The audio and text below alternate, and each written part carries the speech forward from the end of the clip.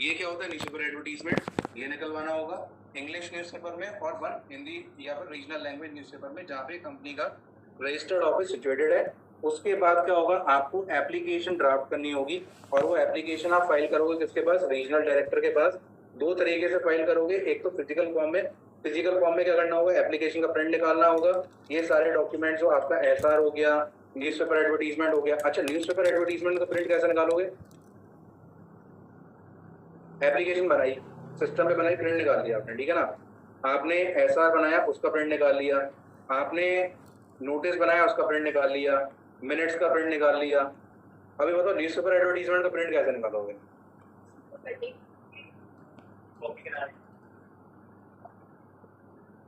एक आंसर तो आ गया फोटोकॉपी, और इसके अलावा एक आंसर आ गया, उस कटिंग को काट के लगा देंगे एक पेपर पे, पेज पे लगा देंगे। न्यूज़पेपर तो प्रिंट होता ही है।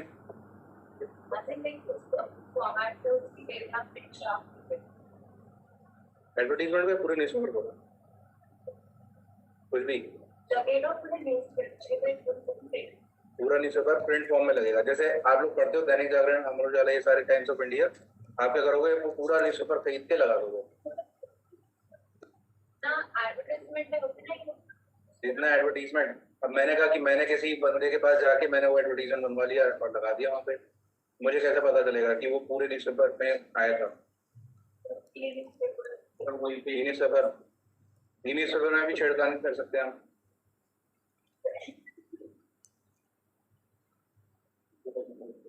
कोर्ट ऑफ लॉ एक तरीके से आरडी क्या है, वो भी एक जजमेंट ही पास करने वाला है ना उस एप्लीकेशन के बेसिस पे। अब वो न्यूज़पेपर का जो एडवर्टीजमेंट निकलवाया उसे लगाओगे कैसे फाइल में,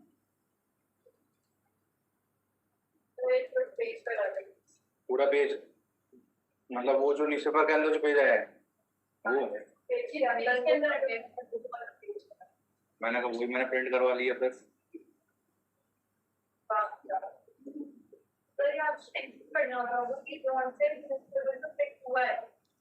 पेपर का डेट जैसे डेट आती है उस पर्टिकुलर न्यूज़पेपर का नाम और किस डेट पे प्रिंट है उसके बाद को वेरीफाई करेंगे। बाडी कहेगा मेरे पास यही काम ढूंढना रहेगा न्यूज़पेपर वेरीफाई करने का। देखो इसका सबसे बढ़िया तरीका बताता हूँ। पहले क्या होता था कि पहले लोग क्या करते थे, कटिंग ही लगाते थे, न्यूज़पेपर की कटिंग लगा दी और उसे एक्सेप्ट कर लिया जाता था। फिर क्या हुआ, जब पता चला कि हमारे इंडिया में लोग बहुत ज्यादा होशियार हैं, ठीक है ना, तो उन्होंने कहा कि ऐसे तो कोई भी आपको बना सकता है। तो उन्होंने कहा कि एक काम करो, न्यूज़पेपर में एडवर्टीजमेंट निकलवा दो और उस न्यूज़पेपर की पूरी कॉपी मंगा दो और वो फाइल के अंदर पूरा न्यूज़पेपर लगा दो। ऐसा में टाइम्स ऑफ इंडिया में निकलवाया तो 26 पेज का जो न्यूज़पेपर आया है आप वो पूरा न्यूज़पेपर लगा दो और जिस पेज पे है उसमें मार्क कर देना। उसमें वो जो है ना, मार्किंग किस तरीके से होती है, मार्किंग होती है, मार्किंग करने का भी तरीका बताया हुआ है, तो उसको मार्क कैसे करोगे आप। ये हमारा न्यूज़पेपर कटिंग नहीं है पूरे न्यूज़पेपर के अंदर, ठीक है ना, इतना बड़ा हमने कटिंग नहीं लगाया तो हमें इसे ऐसे मार्क करना पड़ेगा। साउथ कोरिया का जो फ्लैग बनता है ना उसमें ऐसे ही निशान बने होते हैं, इस तरीके का आपको मार्क करना पड़ेगा। ये क्लियर हुआ। ये कुछ आपको प्रैक्टिकल बता रहा हूँ कि इस तरीके से काम होता है। के बाद याद रहेगा, ये प्रोविजन तो याद हो नहीं पा रहे, ये बड़ा याद हो गया कैसे करना है। अच्छा चलो आगे चलते हैं। 25A में न्यूज़पेपर निकलवा दी, एडवर्टीजमेंट निकलवा दिया 25A की फॉर्मेट में। अब ये जो INC 25A है, गवर्नमेंट ने क्या कर रखा है, इसका एक फॉर्मेट दे रखा है, ठीक है ना। यानी जब भी आपको न्यूज़पेपर एडवर्टीजमेंट निकलवाना होगा उसके अंदर 25A INC 25A का फॉर्मेट निकलवाओगे और वो प्रिस्क्राइब फॉर्मेट है, यानी उससे अलग आपको कुछ नहीं निकलवाना, उसमें छेड़खानी नहीं करनी, आपको एज इट इज ही निकलवाना पड़ेगा, ठीक है ना। इसके बाद क्या होता है, आपको जो एप्लीकेशन बनती है उसके साथ अटैचमेंट में 25A notice of EGM along with explanatory statement, SR BR, memorandum of appearance, memorandum of association तो सुना है आपने, what is memorandum of appearance, वो क्या होता होगा। मेमोरेंडम और आर्टिकल ऑफ एसोसिएशन तो सुन रखा है ना, what is memorandum of appearance.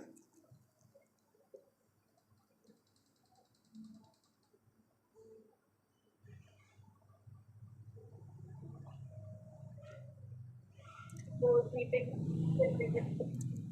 Meeting से रिलेटेड टर्म।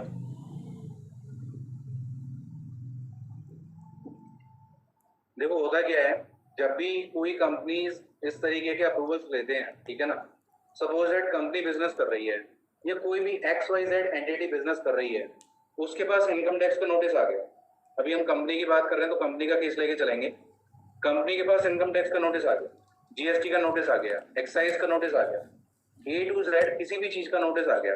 अब आप मेरे को ये बताओ कि कंपनी का जो ओनर है, सपोज दैट थोड़ी देर के लिए मान लो CS नहीं कर रहे, आप बिजनेस कर रहे हो, आप एक कंपनी चला रहे हो, तो आपको इतनी नॉलेज होगी कि इनकम टैक्स में क्या बात करनी है, GST में क्या बात करनी है, कंपनीज एक्ट के अंदर कैसे अपीयर होना है, होगी इतनी नॉलेज। उसके लिए आप किसको अप्रोच करोगे? या तो एडवोकेट को अप्रोच करोगे, चार्टर्ड अकाउंटेंट्स को अप्रोच करोगे, CS को अप्रोच करोगे, ठीक है ना, इन किसी प्रोफेशनल को अप्रोच करोगे जो स्पेशलिस्ट माने आते हैं इन चीजों के लिए।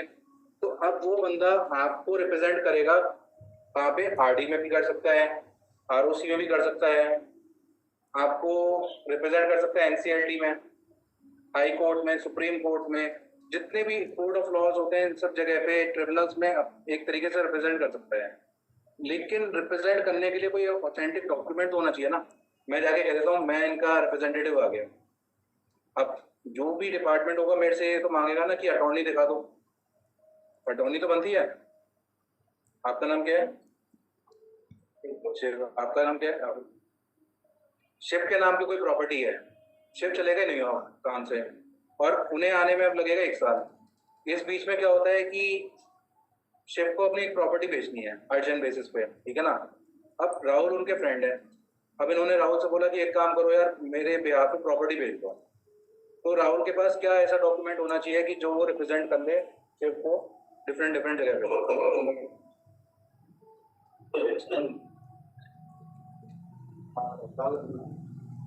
वकालतनामा बनता है एडवोकेट का, ठीक है ना। अब राहुल तो एडवोकेट है नहीं, तो ऐसे केस में क्या बनेगा? पावर टॉनी, ठीक है ना। आपने एक मूवी देखी होगी बाजीगर, शाहरुख खान की, देखी है?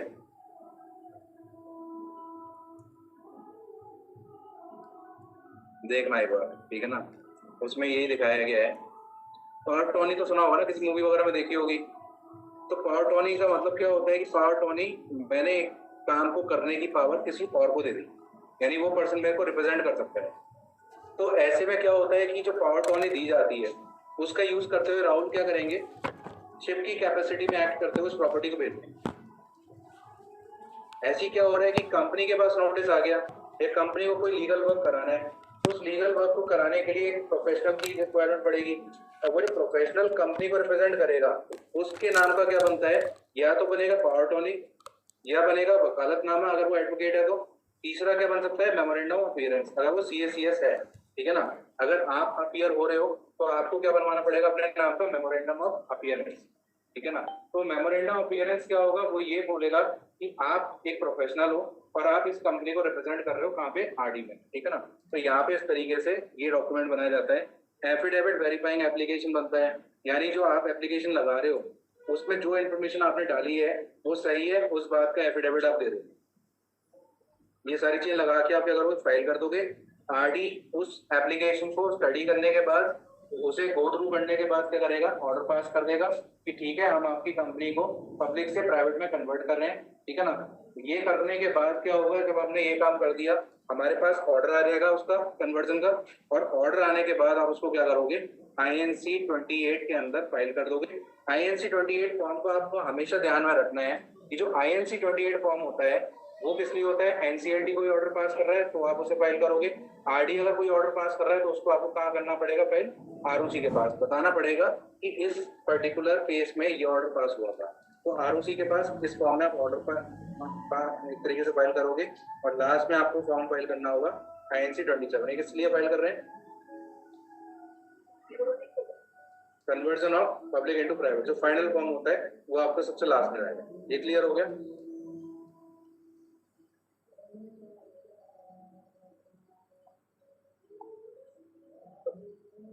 फाइल का अपने ऑडिट के बाद 60 डेज के अंदर करना है।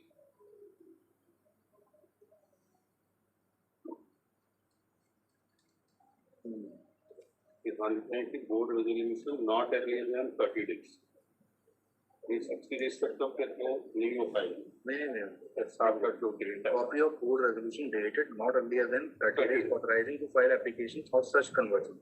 अब उसके बाद ये दूसरी बोर्ड मीटिंग हो गई है, उसमें क्या होगा, एक रेजोल्यूशन पास किया जा रहा है कि ये पर्टिकुलर पर्सन अपीयर होगा आरडी के पास, जो मेमोरेंडम ऑफ अपीयरेंस होता है उसका रेजोल्यूशन। ये वाला नॉट एग्जाम।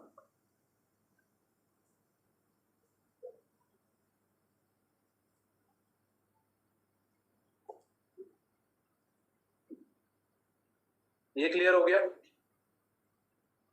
अब इसमें कोई डाउट? आगे चले।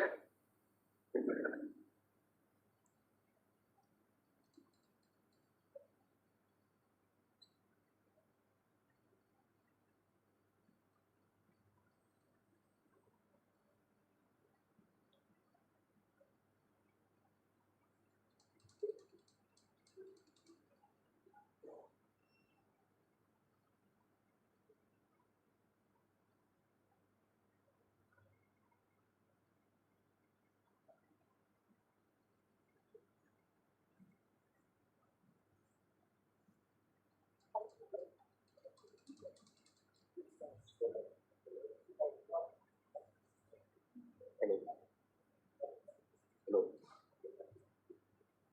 हाँ जी।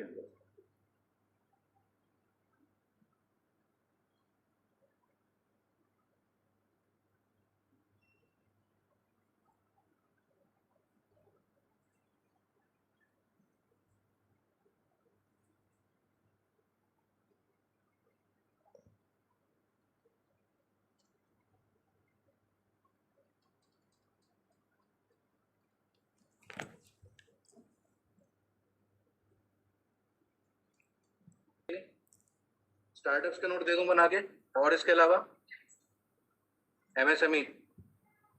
देखो बेसिकली होता क्या है कि हम लोग इंस्टीट्यूट में पढ़ा रहे हैं, ठीक है ना, we are not private coaching centre कि जिससे कि हम आपको साइड बुक्स आपको रेफर करें। एथिकली मेरे लिए ये भी अलाउड नहीं है कि मैं आपको कोई साइड बुक रेफर करूं, ठीक है ना, या फिर मैं आपको ये बोलूं कि स्कैनर से पढ़ लो। हमारे लिए क्या है, स्कैनर की फॉर्म में गाइडलाइन आंसर है, और हमने क्या कर रखा है, जैसे स्कैनर्स आते हैं वैसे हम गाइडलाइन आंसर निकालते हैं, ठीक है ना। साइड बुक्स की जगह हमारे पास ये पूरी बुक्स हैं जो हमने डिज़ाइन की हुई हैं, और वो डिज़ाइन इस तरीके से की हुई है कि इसमें आपको हम पूरा डिटेल में दे रहे हैं, और हम डे बाय डे इसको क्या कर रहे हैं, इतना फ्लेक्सिबल बनाते जा रहे हैं कि आपको उसे पढ़ने में भी दिक्कत नहीं आएगी, ठीक है ना। तो अब आपको ये बताना है, जैसे फर्स्ट चैप्टर में तो नोट्स की रिक्वायरमेंट है नहीं, सेकंड में जो कंपनीज का इनकॉर्पोरेशन दे रखा है ना, जितना ब्रीफ में वहां दे रखा है, जितना स्टेप वाइज वहां दे रखा है, अगर आप उसे पढ़ लेते हो तो आपके लिए फेयर एनफ हो, ठीक है ना। मॉड्यूल में जो सेकंड चैप्टर में दे रखा है सारे भेज दें। थर्ड चैप्टर जो था हमारा, थर्ड चैप्टर के नोट्स चाहिए होंगे? नहीं चाहिए एलएलबी के? 4 और 5 के चाहिए?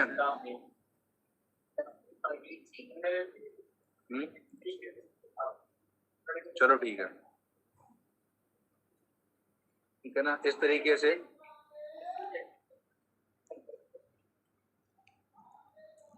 अच्छा, इसके साथ साथ क्या है, आपको ना अभी ये जब मैं करा दूंगा, ये वाला चैप्टर जब करा दूंगा, उसके बाद हम आगे जब बढ़ेंगे ना, उससे पहले कुछ केस स्टडीज करेंगे। अब केस स्टडीज होंगे कैसे, ये आपको ध्यान में रखना है कि केस स्टडीज हमको करने कैसे हैं, कि जो एग्जाम में क्वेश्चन आ रहे हैं ना, मैं आपको वो कराऊँ, ठीक है ना। एग्जाम में जो क्वेश्चन आ रहे हैं उसका आपको एक आइडिया लग जाएगा कि वो जो क्वेश्चन बनते हैं उसे आपको आंसर किस तरीके से करना है ना। क्योंकि होता क्या है कि हम लोग जो पढ़ रहे हैं ना, वो पढ़ते हैं लिख रहे हैं, लेकिन उसकी जो एप्लीकेशन है एग्जाम में पूछा जाता है, वो पूछा कैसे जाता है कि एक्स वाई जेड एक कंपनी है, वो पर्टिकुलर कंपनी का बिजनेस चल रहा है 2015 से, और 15 से बिजनेस चल रहा है, उसका टर्नओवर इतना है, ठीक है ना। इसके साथ साथ ये है कि वहाँ पे उसका रजिस्टर्ड ऑफिस नागपुर में सिचुएटेड है, ऐसे करके बहुत सारे पॉइंट होंगे। पहले जाके बोला जाएगा इस कंपनी को अगर कन्वर्ट कराना है, ठीक है ना, अगर इस कंपनी को कन्वर्ट कराना है किसमें, प्राइवेट लिमिटेड में, उसका प्रोसेस है। तो आपको केस को समझने के बाद क्या आंसर करना होगा, आपको ये बताना होगा जो हमने पढ़ा, क्लियर हो गया।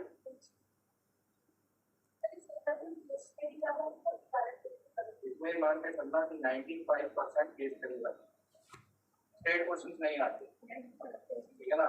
लेकिन एक बार ध्यान में रखना, जो क्वेश्चन आएंगे ना उसको अगर थोड़ी पढ़ोगे या गाइडलाइन आपसे पढ़ा रहे कुछ भी नहीं है ना, तो कुछ भी नहीं है।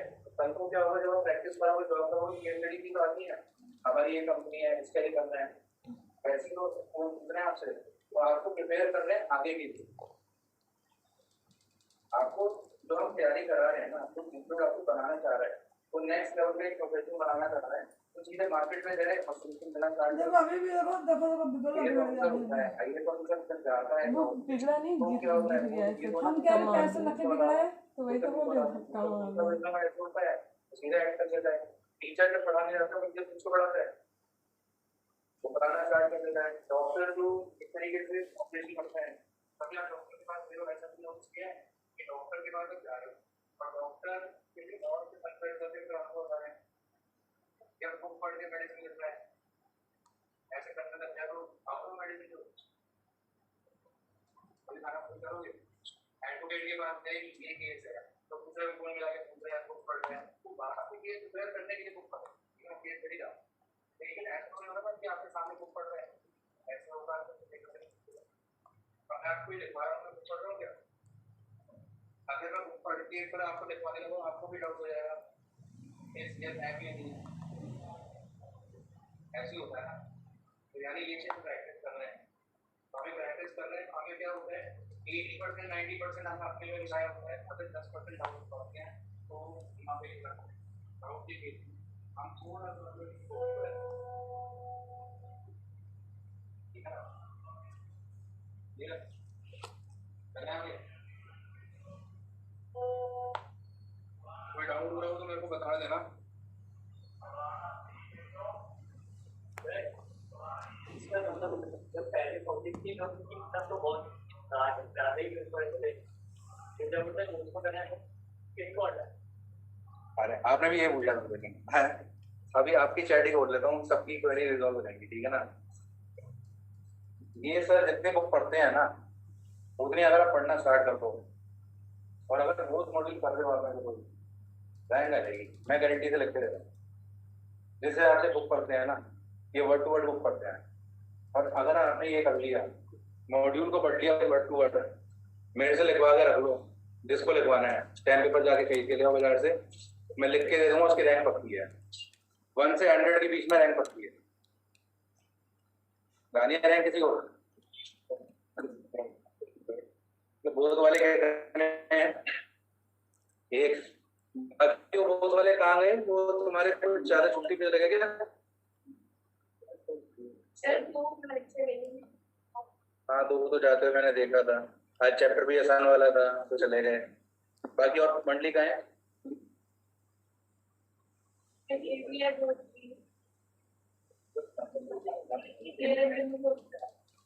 इनका तो टेस्ट लेना है मेरे को अच्छे से, एक टेस्ट आप सब लोगों का लेना है, 2 टेस्ट मेरे को बना के लाऊंगा, एक स्पेशल टेस्ट इनका लूंगा,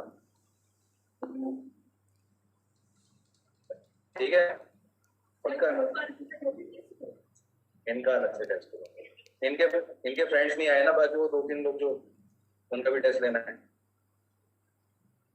चलो चले आगे। अच्छा है, सही करा बढ़िया। देखो 200 मेंबर्स पे रेस्ट्रिक्ट करना होता है। सपोज दैट क्या हुआ कि एक जब आप पढ़ोगे सिक्योरिटी लॉ पढ़ोगे तो सिक्योरिटी लॉ में ना एक कंसेप्ट आता है डीलिस्टिंग का, ठीक है ना। लिस्टिंग समझते हो आप लोग, जब स्टॉक एक्सचेंज पे कोई कंपनी अनलिस्टेड पब्लिक कंपनी अपने शेयर्स को लिस्ट कराती है उसको हम क्या बोलते हैं, लिस्टिंग, ठीक है ना। डीलिस्टिंग का मतलब क्या हो रहा है, स्टॉक एक्सचेंज अपने शेयर्स को वापस हटा रहे हैं। अब क्या हो रहा है कि जैसे सपोज दैट मेरे पास A to Z किसी भी कंपनी का शेयर है, ठीक है ना, मेरे पास एयरटेल कंपनी का शेयर है, एयरटेल का शेयर आज मुझे पता है कि 600-650 रुपए का है। कैसे पता चल रहा है, क्योंकि स्टॉक एक्सचेंज से वैल्यूएशन निकल आती है एंड टू एंड बेसिस पे।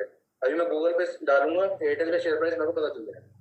लेकिन अगर एयरटेल अपने आप को डीलिस्ट करा ले तो क्या मैं उसके शेयर्स में फ्रीक्वेंट ट्रेडिंग कर सकता हूँ? ना तो मुझे पता कि एयरटेल का शेयर प्राइस क्या है, बेचने जाऊंगा तो मुझे वो नहीं मालूम कि इसकी सेलिंग प्राइस क्या होगी। तो ऐसे में क्या होता है कि बहुत सारे जो शेयर होल्डर्स होते हैं वो ये कहते हैं कि भाई हमें क्या पता फिर उसके बाद रेट क्या चलेगा, क्या रेट बाइंग का होगा, क्या रेट सेलिंग का होगा। तुम कैसे खरीदेंगे बेचेंगे उसको। तो ऐसे में क्या होता है, कंपनी के प्रमोटर से कहते हैं कि हम आपको एग्जिट अपॉर्चुनिटी दे देते हैं। और एग्जिट अपॉर्चुनिटी देने का मतलब क्या होता है कि वहां पे सारे शेयर्स कौन खरीद लेता है, प्रमोटर खरीद लेते हैं। अब यहाँ पे क्या है, कंपनी के पास 20,000 शेयर होल्डर्स हैं, पब्लिक कंपनी है, अपने आप को कन्वर्ट करा रही है किसमें, प्राइवेट में। तो प्राइवेट में अगर वो अपने आप को कन्वर्ट करा रही है तो उसके शेयर होल्डर्स कितने हो जाएंगे, मैक्सिमम 200। तो जो बाकी 19,800 शेयर होल्डर्स हैं उनका क्या होगा, तो वो जो 19,800 शेयर होल्डर्स हैं वो क्या हो सकता है, अपने शेयर्स किसको भेजते हैं, कंपनी के प्रमोटर्स को। ये बात क्लियर हो गई। इस तरीके से क्या होता है, शेयर का ट्रांसफर हो जाता है। नहीं, बायबैक इन शेयर ट्रांसफर। बायबैक का मतलब क्या है, बायबैक का मतलब होता है कि कंपनी अपने शेयर्स को रिड्यूस कर रही है। जब कैपिटल रिडक्शन करनी होती है ना, तो हम क्या करते हैं, दो तरीके से करते हैं। एक साल में 25% तक की कैपिटल रिडक्शन करनी है तो बायबैक कर सकते हो, ठीक है ना। यानी मेरे पास 1 लाख रुपीज की कैपिटल है और उसको मैं लेके आ सकता हूँ 75,000, रिड्यूस कर दिया, यानी वो जो बाकी 25,000, हाँ उसकी लिमिट है 25% एक साल, फिर नेक्स्ट ईयर 25, फिर नेक्स्ट ईयर 25, ऐसे कर सकते हो। लेकिन एक बारी में 90% तक की कैपिटल रिड्यूस कर सकते हो एनसीएलटी में जाकर। तो अगर आपको 90% तक की कैपिटल रिड्यूस करनी है तो आप एनसीएलटी में एप्लीकेशन लगाओगे और reduction in share capital up to 90%, वो हो सकता है, वो एक बार हो सकता है। तो दो तरीके से कर सकते हैं। तो इसे आप क्या बोलोगे, शेयर ट्रांसफर बोलोगे। ये क्या है, कैपिटल रिडक्शन नहीं है, ये आपका बायबैक नहीं है। क्योंकि बायबैक और कैपिटल रिडक्शन में क्या होता है, वो शेयर्स एक्सटिंग्विश हो जाते हैं। यहाँ पे शेयर्स एक्सटिंग्विश नहीं हो रहे, वो ट्रांसफर हो गए किसी और के पास में। क्लियर? प्राइवेट आ रही तो ये टाइम पे मतलब कुछ हुआ नहीं, फाइनेंस ट्रेडिंग करता है तो कोई और किसी को करके कोई दिक्कत नहीं। तो मतलब उसके प्राइवेट कम हो जाएंगे, क्योंकि तो वो कर रही थी बाद में हम करेंगे। नहीं, ट्रेडिंग तो हो ही नहीं सकती ना अभी आपकी कंपनी लिस्टेड हो ना है। ये तो बात हो रही पब्लिक से प्राइवेट। हाँ, तो पब्लिक का मतलब ये थोड़ा होता है कि पब्लिक के सारी पब्लिक कंपनी के शेयर्स लिस्टेड है।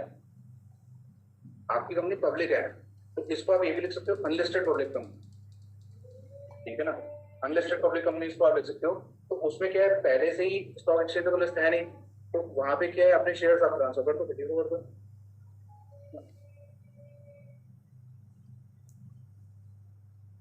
और क्या डाउट था, हो गया, चले आगे।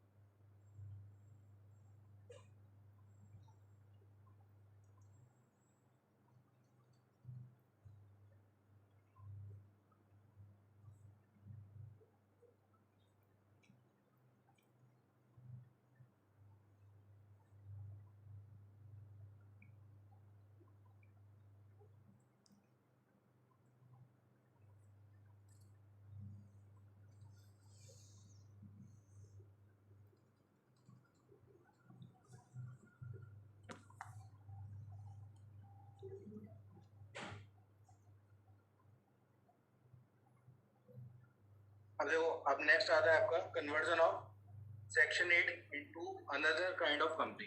इसमें साफ साफ एक बॉक्स में यहाँ पे लिखा हुआ है, बॉक्स में क्या लिखा हुआ है कि आप सेक्शन 8 कंपनी को 1% कंपनी में कन्वर्ट नहीं करा सकते। प्रैक्टिकली इस चीज को देखें तो होता क्या है कि एक सेक्शन 8 कंपनी क्या करती है, अपने आप को नॉर्मली प्राइवेट कंपनी में कन्वर्ट कराती है। क्यों कराती है, क्योंकि सेक्शन 8 कंपनी का आपको ये बात पता है कि सेक्शन 8 कंपनी का जो हमने कंसेप्ट पढ़ा है वो क्या है, नॉट प्रॉफिट ऑर्गेनाइजेशन का, ठीक है ना। तो नॉट प्रॉफिट कंपनी एक तरीके से क्या करती है, वो सोशल वेलफेयर के लिए काम करती है और उसकी जितनी भी एक्टिविटी होती है वो वेलफेयर के लिए होती है। प्रॉफिट मेकिंग नहीं करते हैं, अपने मेंबर्स को डिविडेंड नहीं देते हैं वहाँ पे। तो इस तरीके से क्या है, वहाँ पे ये लोग एक्टिविटी चलाते हैं। तो conversion of section 8 company into another kind of company के लिए प्री रिक्विजिट्स क्या चाहिए होते हैं, तो आगे यहाँ पे ग्राफ में दिया हुआ है कि ये आपको चाहिए अगर आप अपनी सेक्शन 8 कंपनी को कन्वर्ट करा रहे हो किसमें।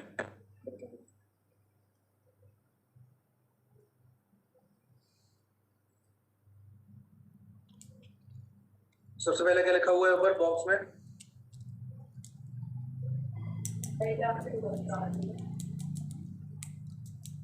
Well drafted business plan. यानी क्या होना चाहिए, आपके दिमाग में आइडिया होना चाहिए कि अगर अपनी सेक्शन 8 कंपनी को कन्वर्ट कराओगे प्रॉफिट मेकिंग कंपनी में, तो सबसे पहले आपका बिजनेस प्लान होना चाहिए कि आप नॉन प्रॉफिट की जगह प्रॉफिट एक्टिविटी कौन सी करने वाले हो। ठीक है ना, ये क्लियर हो गया।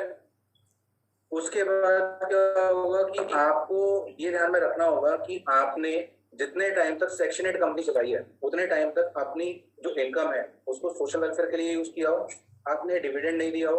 अगर आप डिविडेंड दे रहे हैं या बोनस शेयर दे रहे हैं अपने मेंबर को, तो यानी आप क्या कर रहे हैं, ब्रीच कर रहे हैं उस कंसेप्ट को सेक्शन 8 कंपनी। यानी सेक्शन 8 कंपनी का कंसेप्ट ये होता है प्रॉफिट नहीं लेंगे, जो भी इनकम एक्सेस होगी वो भी सोशल वेलफेयर के लिए यूज करेंगे। इसलिए आप कंपनी एक्ट का एक सेक्शन पढ़ोगे 135 जो CSR की बात करता है, कॉर्पोरेट सोशल रिस्पॉन्सिबिलिटी। उसमें भी बात बोली जाती है कि जो CSR की एक्टिविटी से अगर कोई इनकम होगी तो कंपनी क्या करेगी, उस पर्टिकुलर इनकम का यूज किस में करेगी, CSR एक्टिविटीज के अंदर। वो इनकम अपने मेंबर्स को डिस्ट्रीब्यूट नहीं कर सकती। तो यानी यहाँ पे सीधी सीधी बात है कि सेक्शन 8 कंपनी प्रॉफिट मेकिंग के लिए काम नहीं करती है। तो तीसरा पॉइंट, अगर आपकी सेक्शन 8 कंपनी को गवर्नमेंट ने किसी तरीके का बेनिफिट दे रखा है, एग्जाम्पशन दे रखा है, तो वो सारे बेनिफिट और एग्जाम्पशन आपको छोड़ने पड़ेंगे जब अपनी कंपनी को सेक्शन 8 से अदर काइंड में कन्वर्ट कराओगे। अब होता क्या है, एग्जाम्पशन क्या देती है गवर्नमेंट, एग्जाम्पशन ये दे देती है कि आपको टैक्स नहीं देना, यानी जो भी आपको इनकम होगी उस पर कोई टैक्स नहीं देगी गवर्नमेंट। दूसरी बात, ग्रांट्स भी देती है गवर्नमेंट ने, कहा ठीक है आपको वेलफेयर का ही काम करना है ना, अगर आपको स्कूल बनाना है तो ठीक है, इतने पैसे हम अपनी तरफ से दे देंगे, आप स्कूल बना लो और सोशल वेलफेयर का ही काम करो।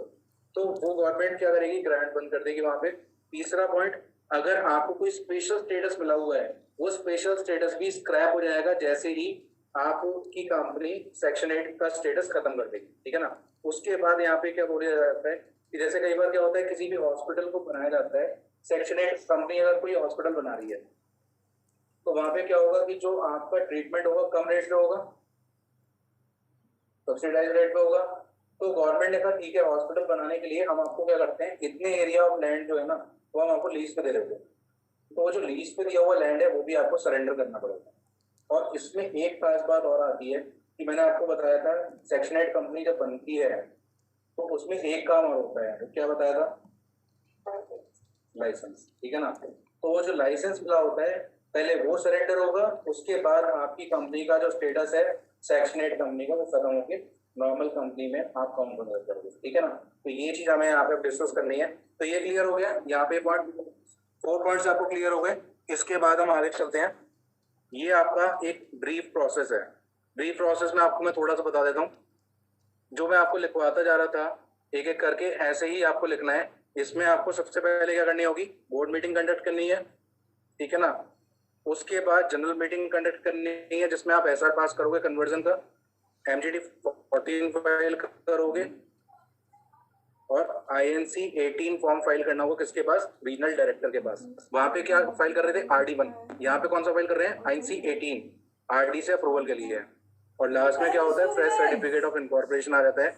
अब एक एक करके यहाँ पे हम फिर से वैसे ही पढ़ाते हैं।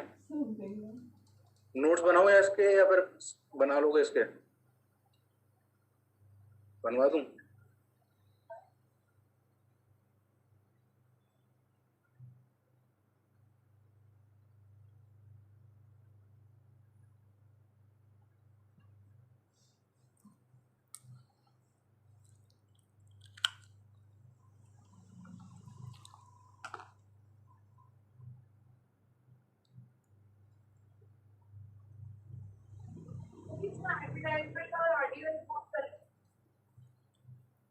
किसमें आरडी से इसमें फॉर्म आईएसटी टीम में दे रहे हैं, वहाँ पे फॉर्म आरडी का था, इधर यूपी में था 25 देता है, यहाँ पे तो फॉरेस्ट है फॉर्म, अगर यूपी में था फॉर्मेट अलग कर देते हैं लोग।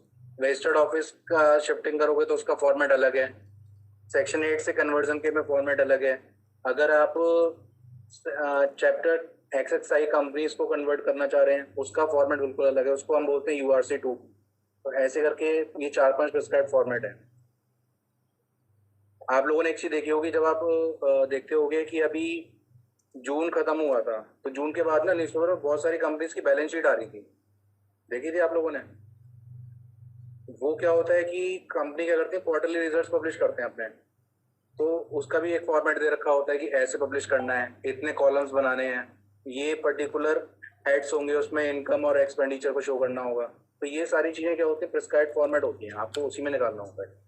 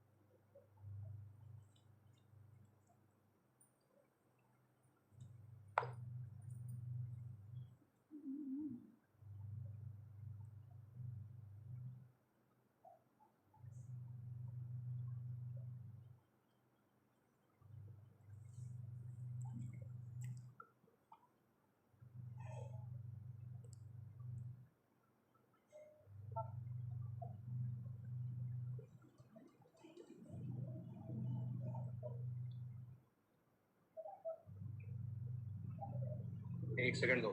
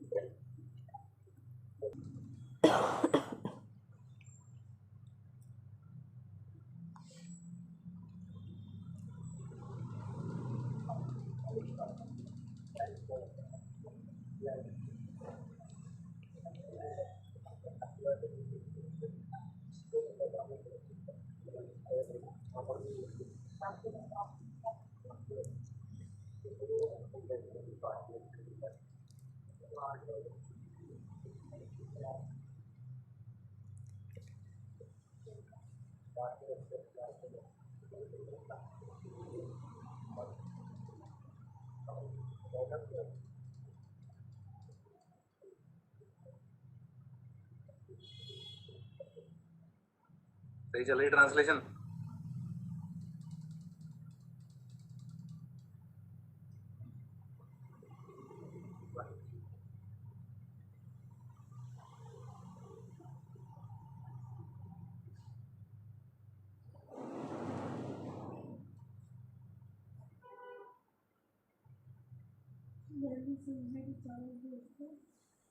तो ये यार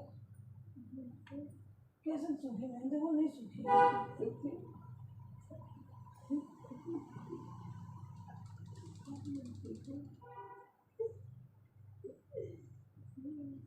कितना बजा हो, 3 बजे? मुझे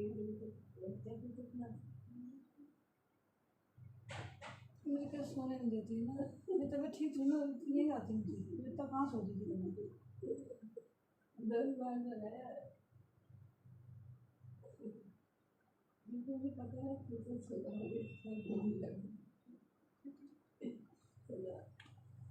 बना देती चाय मन होता ही बना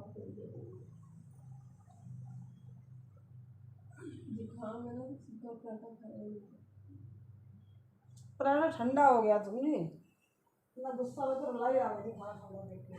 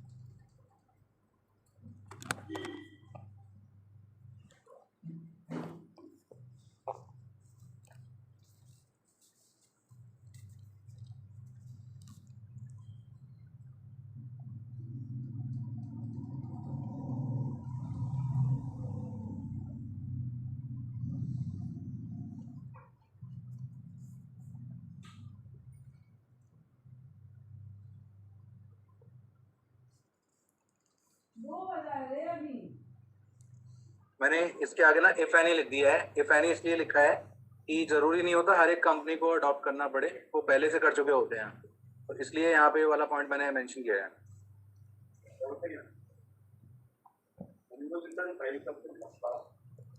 हाँ हाँ जी, हाँ जी जी जी जी। एनुअल रिटर्न बेसिकली क्या होता है ना कि एक तो फॉर्म जाता है उसमें फाइनेंशियल स्टेटस का, जिसमें फाइनेंशियल स्टेटमेंट्स वगैरह में लगानी होती हैं। दूसरा जाता है उसमें हमें बताना होता है कि एनुअल एक्टिविटीज क्या क्या करी हैं, तो ये क्वेश्चन आता नहीं वहाँ।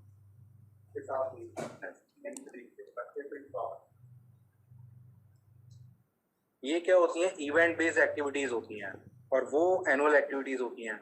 इवेंट बेस्ड और एनुअल एक्टिविटीज इसमें फर्क हो जाता है, वो कॉमन है, जनरल है, ये स्पेसिफिक है।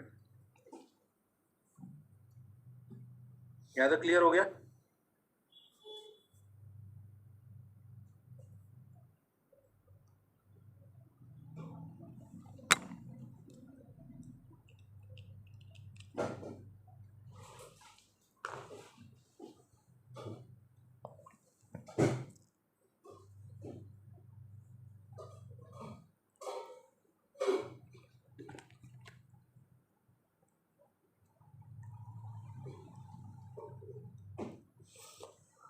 ओहो, सांस भी नहीं ली जा रही, मेरा भाई मिली नहीं, बोल तो रही हूँ। अरे यार तुम ऐसा हमेशा करते हो। हाँ,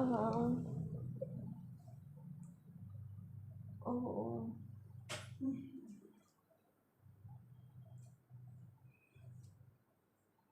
तब छुपा छुपा धारी आती हो।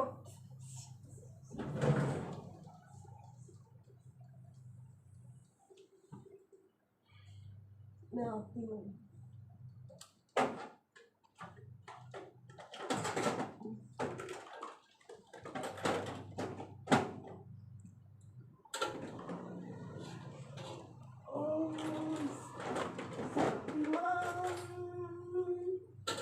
शक्तिमान 4-5 गोलियां आपकी तेल लग जाए।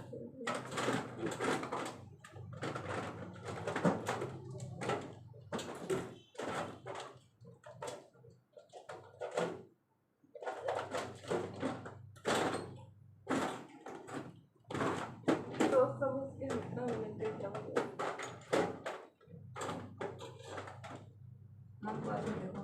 ये जाऊँगी पता है बिना कैसे भी नहीं गिर सकता, जाने में गिर सकता है। सर हमारा क्या बैलेंस नहीं रुकता क्या फिर? नहीं नहीं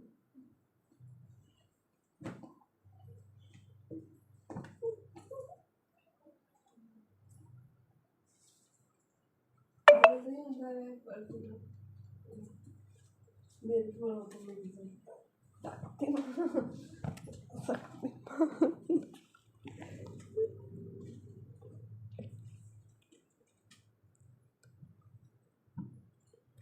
मेरी माँ को मेरी सुबह अभी अभी बता रहे हैं देखो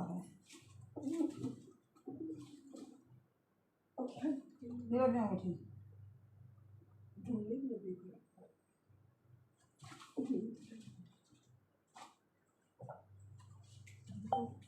से वो बन गई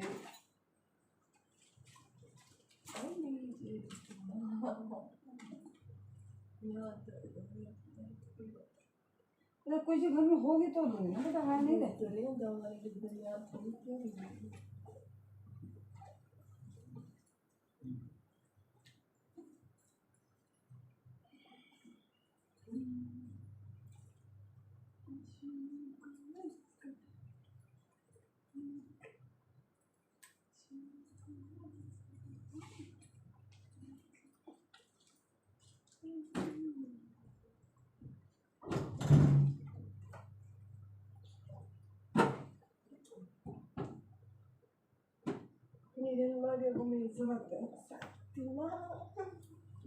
तो वो चाटे की जरूरत पड़ेगा तो खुद भी नहीं सोच पाएगा।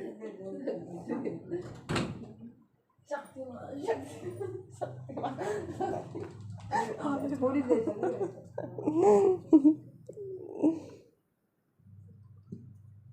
शक्तिमान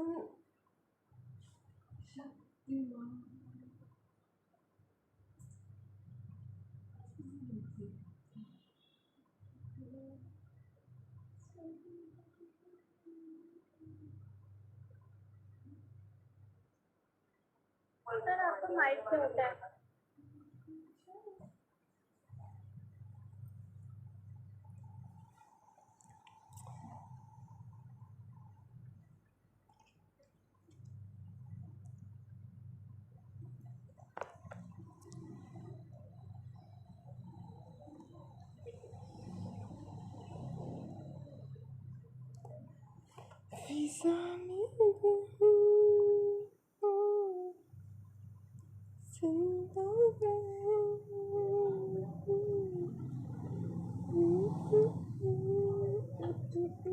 सर ये 5th और 6 पॉइंट में INC 18 और INC 19 लिखा है, ये सब नहीं लिखना फिर? अभी लिखेंगे इसमें। अच्छा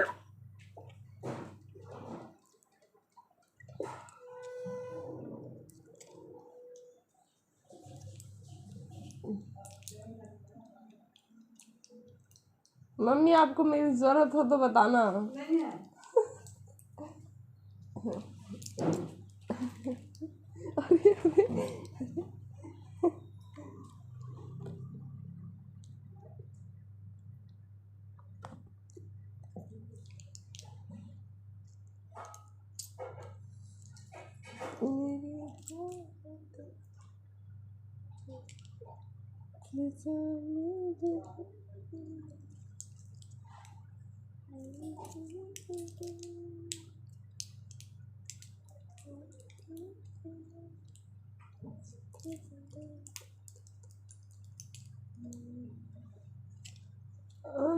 मुझे तुम्हारा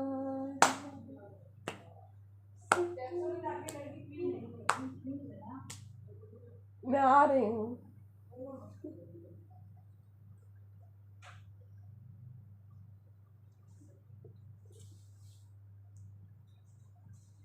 मैं शक्तिमान हूँ, शक्तिमान को दवा की जरूरत नहीं है।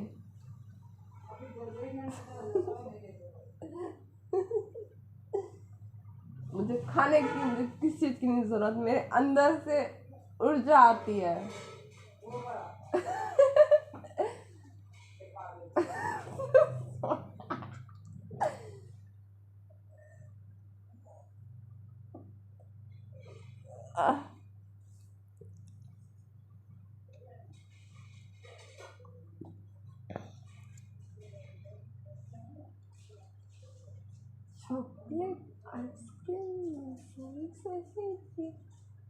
अब मुझे लगती है ये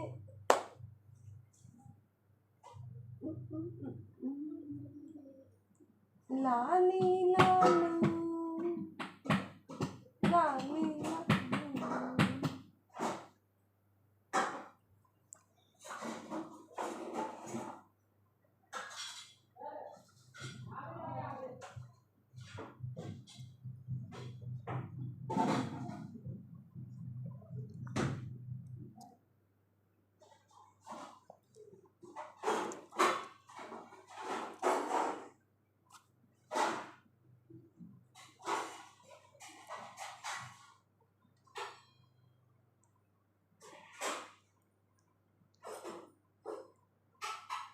आज मैं एक बार भी नहीं सोई, पता नहीं।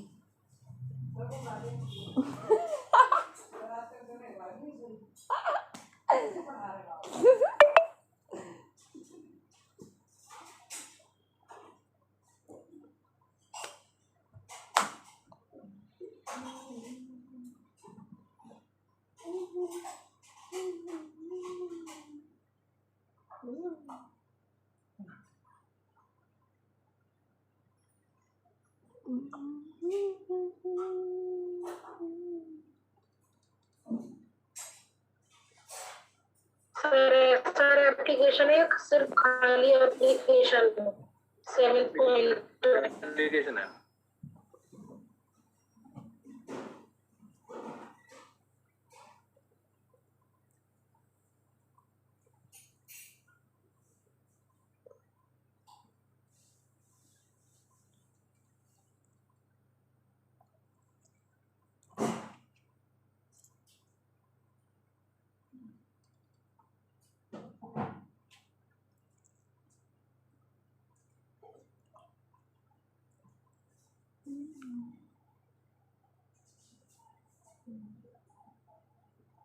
ऐसा एप्लीकेशन नहीं है, एप्लीकेशन है खाली।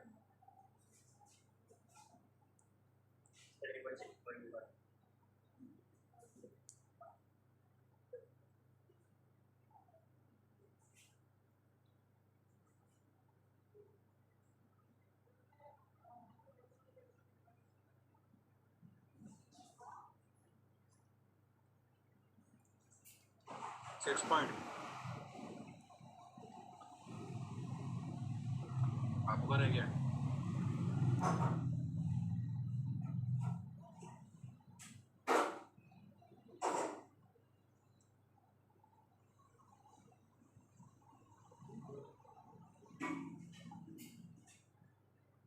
एक बार इस पूरे प्रोसेस पढ़ के देखो और बताओ बंद किया है।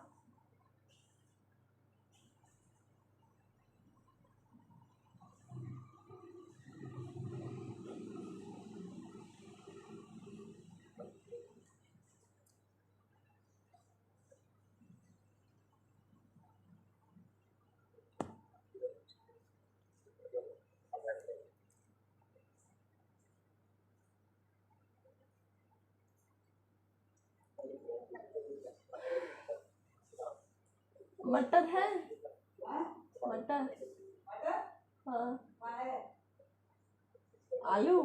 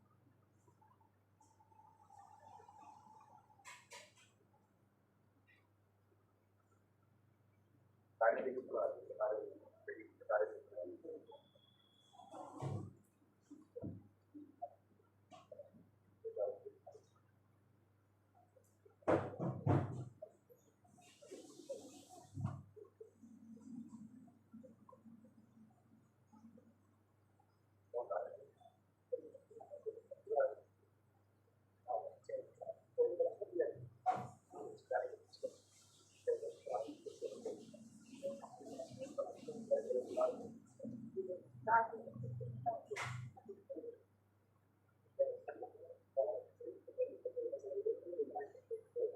me, sir.